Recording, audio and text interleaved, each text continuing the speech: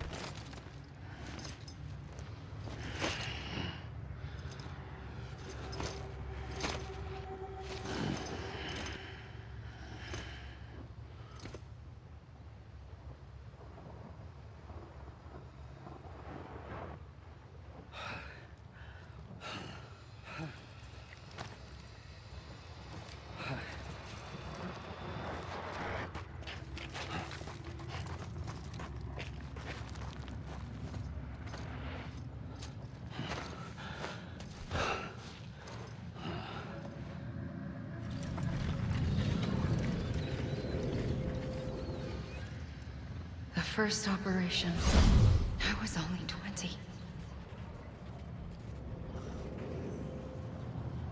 I opened my eyes and found myself on the beach.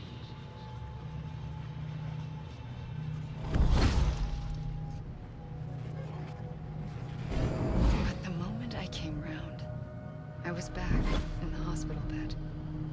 I was split across two worlds. Bridget, my Ha in that one. Amelie, my Ka in this. Somehow, the two of us managed to coexist. Soon, our ages began to diverge. Bridget's body got older, while the beach kept Amelie's the same. So I came up with a story. I told people that Amelie was my daughter. A daughter with a debilitating condition and an absent father. Look. Amelie. Âme is French for soul.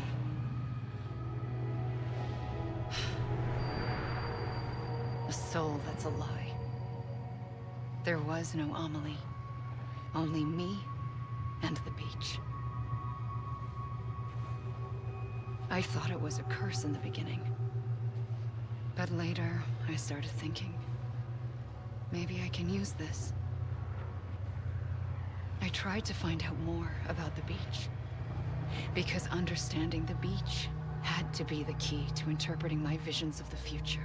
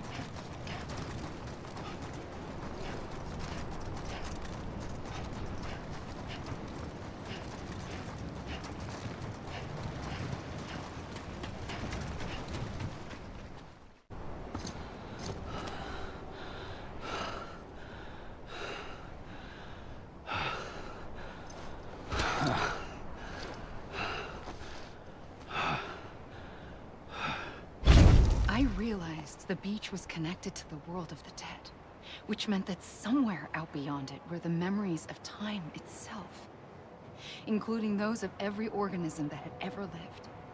4.6 billion years of biological history, a history that might even stretch back to the creation of the universe. The chiral network and everything that followed was born from my pursuit of that knowledge. By passing data through the beach, we were unbound by the restrictions of time. Simulations that would have taken years or more were simple and effortless. Everything that the Earth had lost and forgotten could be reconstructed and reclaimed. But shortly after we began our research, America saw its first void out. I thought I was running out of time, that my nightmares were becoming a reality. So I raced to complete the chiral network as quickly as possible. The past held all the answers. If only I could find a way to piece them together. A network that bridged our world and the beach. That might do it, I believed. So I started researching bridge babies, children bound to the world of the dead. What causes an extinction entity to come into being? What was the reason for the previous 5 mass extinctions? The answers to those questions would tell me how to stop the 6th. I founded bridges, more determined than ever to build a chiral network that would cover all of America. But the longer I fought my war against the inevitable, the weaker I became. My Ha had cancer. The beach's punishment, maybe, for not playing along like a good little EE. And then, just like that, my Ha was gone. I couldn't finish what I'd started. So, I asked you to do it for me, and you did. You helped us complete the network, helped us to reclaim everything the universe experienced from its inception to this moment. Every mystery was ours to solve, like this one. Once, there was an explosion. A big bang that gave birth to time and space. Thing is, it was more like a big fluke. All that matter and antimatter should have canceled itself out, leaving nothing. But somehow a tiny speck of matter survived, just enough. Enough to make this world and everything in it a world that shouldn't be, a world out of balance. Order inevitably gives way to chaos. Everything that lives must inevitably die. It's like the universe is trying to return us to the nothing we came from. Maybe the Big Five were its best attempts to finish us off.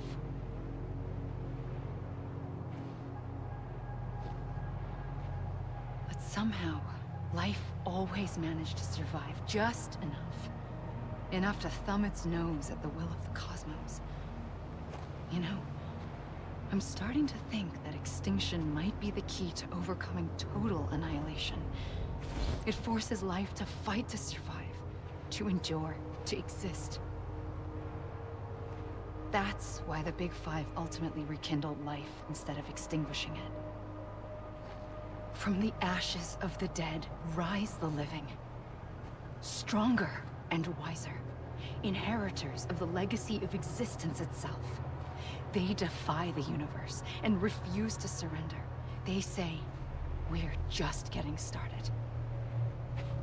Extinction is an opportunity.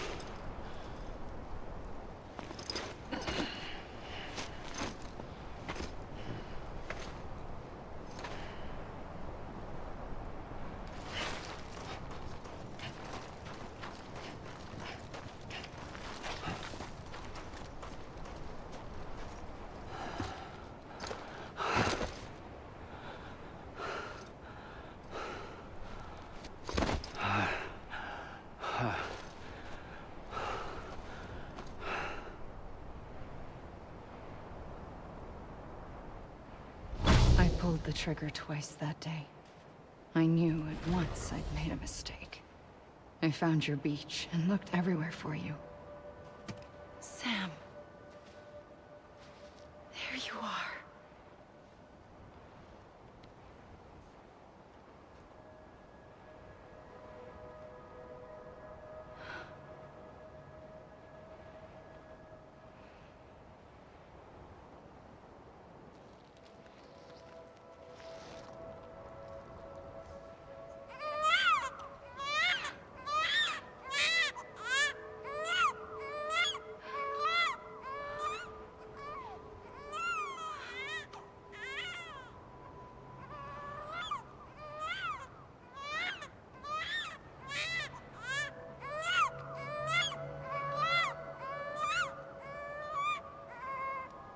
You want to go home?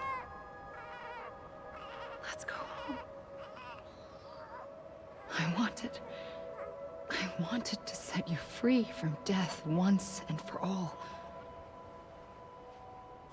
It's okay.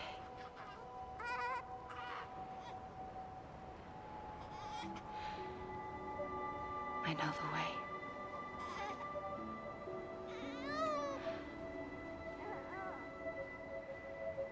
But in doing so, I upset the fundamental balance between life and death. I just wanted to save you.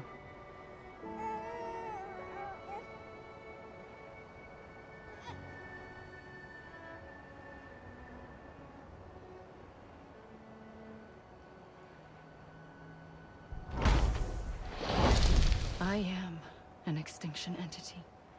It's my fate to lead our species to extinction. But that moment, you became part of that fate. You became a repatriate, and dooms started spreading my nightmares to others throughout the world. It was me that got you and everyone with dooms into this. Not long after, the Death Stranding occurred. The dead clung to our world, and BTs used my beach to cross over and devour them, triggering more void outs.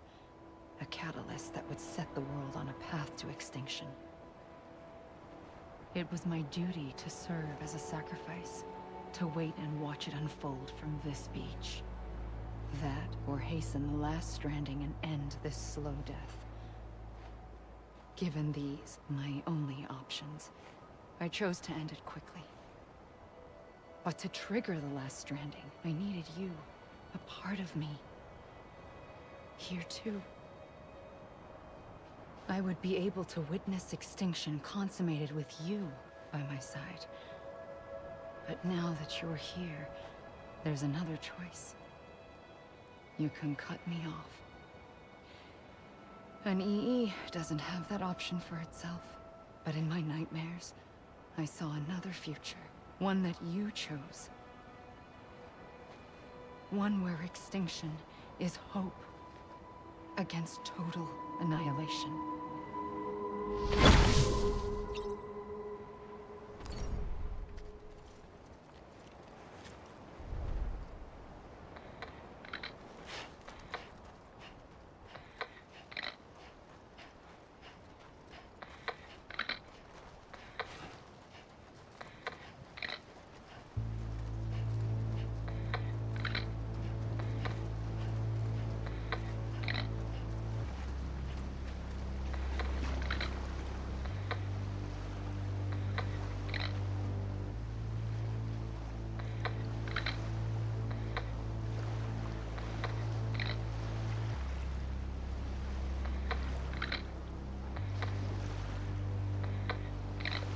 Faintly, I'll go.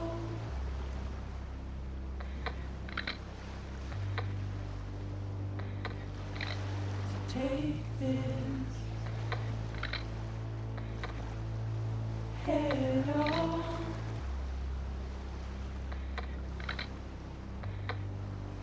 Soon I'll come around. Lost and never found.